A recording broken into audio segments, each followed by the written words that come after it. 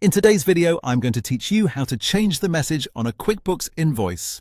If you want your invoices to sound more professional, more personal, or simply match the way you communicate with customers. QuickBooks lets you update the default message that appears on your invoices and in invoice emails. This is useful if you regularly send invoices and want to avoid editing the same text every single time. To get started, log into your QuickBooks dashboard. Once you're on the main screen, look to the top right corner and click the gear icon. This opens your settings menu where you can manage different parts of your account.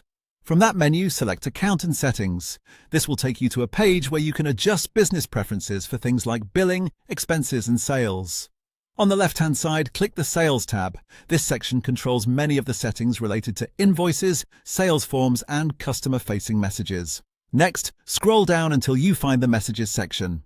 In that area, click the Edit icon, which looks like a small pencil. This opens the message settings so you can customize what your customers see when you send invoices.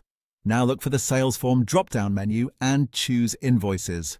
This is important because QuickBooks can store different message settings for different types of sales forms, and you want to make sure you're editing the invoice message specifically. Once Invoices is selected, you can update the default email subject line, the email message itself, and the Note to Customer text. The email subject is what customers will see in their inbox, so it should be clear and recognizable. The email message is the main text sent along with the invoice, and the Note to Customer usually appears directly on the invoice form.